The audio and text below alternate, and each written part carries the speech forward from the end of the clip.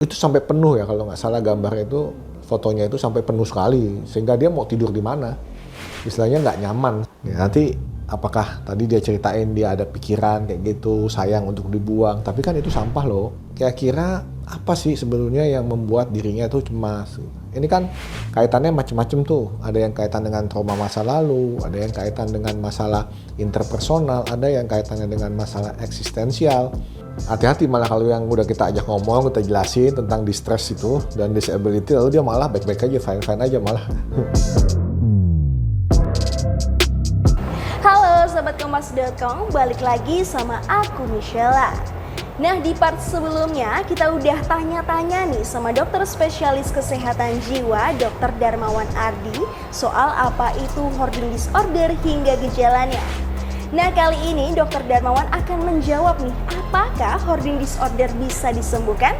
Yuk kita langsung tanya aja ya.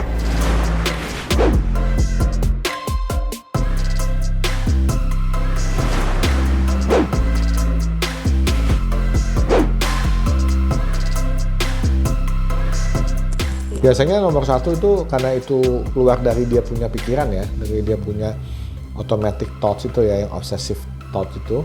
Biasanya nomor satu itu saya blok dulu. Jadi kalau dari segi psikiatri, fungsi otaknya itu saya blok dulu. Setelah saya blok dengan obat-obatan seperti SSRI ya, atau menggunakan antipsikotik atipikal yang golongan baru, dosis kecil. Kalau SSRI untuk dosis obsesif kompulsif ya. Biasanya kalau dosis obsesif kompulsif, SSRI itu antidepresan.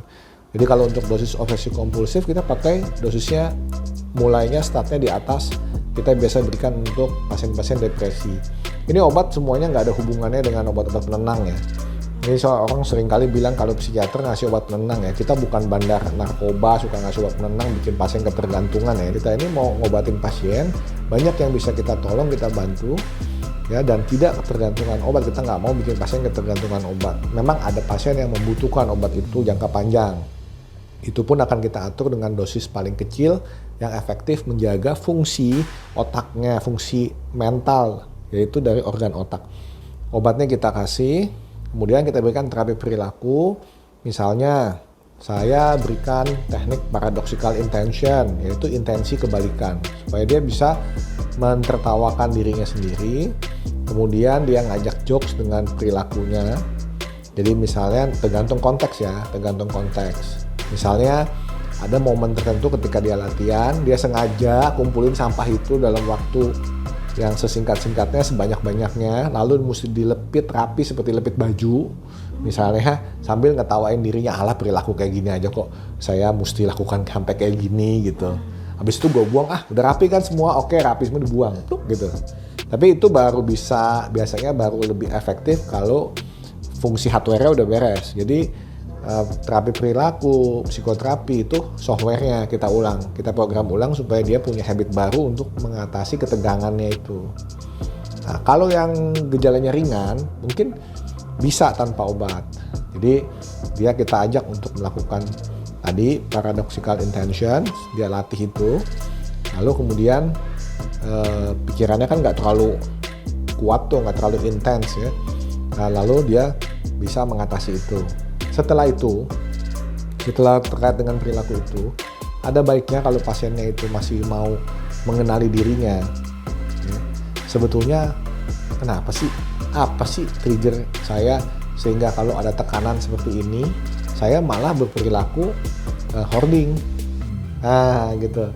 Jadi lebih dalam lagi tuh untuk mengenali dirinya itu bisa kita berikan pendekatan itu juga. Karena kaitannya ini kan dengan kecemasan biasanya. Itu. Jadi apa yang men-trigger dia cemas? Kira-kira apa sih sebenarnya yang membuat dirinya itu cemas? Ini kan kaitannya macam-macam tuh. Ada yang kaitan dengan trauma masa lalu, ada yang kaitan dengan masalah interpersonal, ada yang kaitannya dengan masalah eksistensial.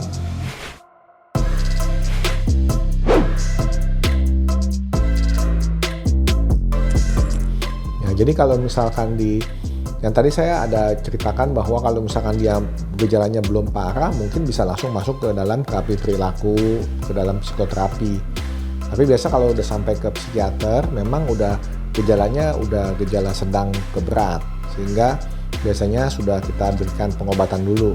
baru pengobatan lalu disusul langsung paralel dengan terapi perilaku ataupun psikoterapi. Nah, kalau misalkan kita lihat fenomena seperti yang suka diviralkan, fotonya itu sampai penuh sekali, sehingga dia mau tidur di mana. Istilahnya nggak nyaman sama sekali seperti itu ya. Kita sih memang sudah cukup serius, sehingga kita mesti kalau memang bisa ketemu orangnya untuk diperiksakan, apakah ini memang hoarding disorders yang berat, ataukah ini memang juga ada gejala psikotik.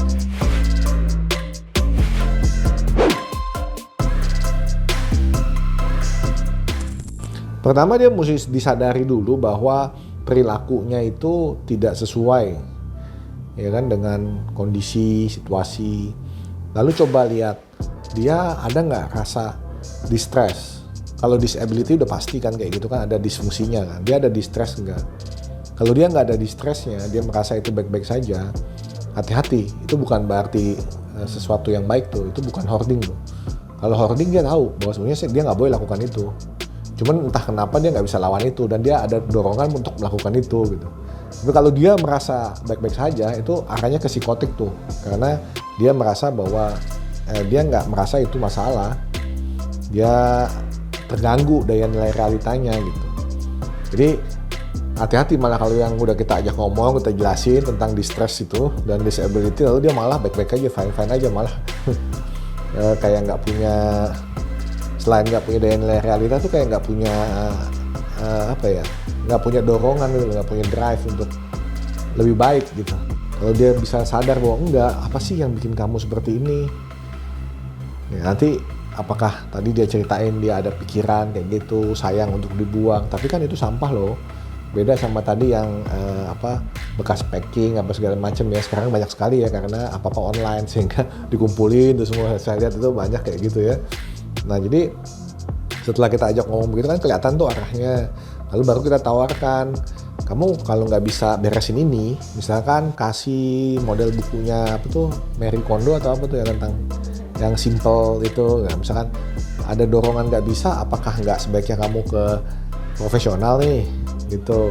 Nah ketika bilang mau ke profesional hati-hati lagi tuh, karena begitu nyebut psikolog atau psikiater itu nanti dia bilang, lu bilang gue gila ya. Nah, orang kan suka punya negatif thinking kayak gitu langsung. Tapi kalau anak muda sekarang sih yang suka di medsos mulai punya awareness gitu ya. Apalagi anak jaksel gitu ya, dikit-dikit katanya istilahnya mood swing lah, perlu healing lah gitu. Kalau misalkan dia nggak mau langsung ke psikolog atau psikiater, idealnya coba dibawa ke dokter umum, dokter keluarga. Dokter umum yang udah langganan, dokter keluarga ya. Ya buat sahabat kompas.com, jadi kalau misalkan ngelihat kamarnya udah mulai penuh, ya coba dipilah-pilah. Ya, kemudian coba disadarin, sebetulnya kenapa sih saya mesti numpuk ini gitu loh. Lalu tadi soal males, coba diukur lagi, apakah kadar males saya meningkat dari waktu ke waktu. Gara-gara pandemik jadi makin males, karena di pandemik itu kan ada yang namanya cabin fever syndrome, kemudian dia menjadi seperti orang depresi, cemas gitu ya, jadi mager ya. Nah, hal-hal seperti ini yang perlu sahabat kompas.com introspeksikan, lihat, ambil jarak dengan keadaan yang ada. Tapi kalau sudah mulai nyimpen sampah-sampah basah yang berpotensi bau, busuk, ada serangga nanti, lalat, semut dan lain sebagainya, itu sudah, dan itu nggak bisa dilawan ya, mesti disimpan, itu sudah harus hati-hati secepatnya untuk memeriksakan diri ke profesional kesehatan mental. Nah itu tadi penjelasan dari Dr. Darmawan Ardi soal hoarding disorder. Ternyata hoarding disorder bisa disembuhkan ya, jadi sahabat kompas.com jangan khawatir. Namun untuk kamu yang memiliki gejala serupa, jangan ragu ya untuk mencari bantuan profesional. Simak informasi menarik lainnya ya, hanya di kompas.com, jernih melihat dunia.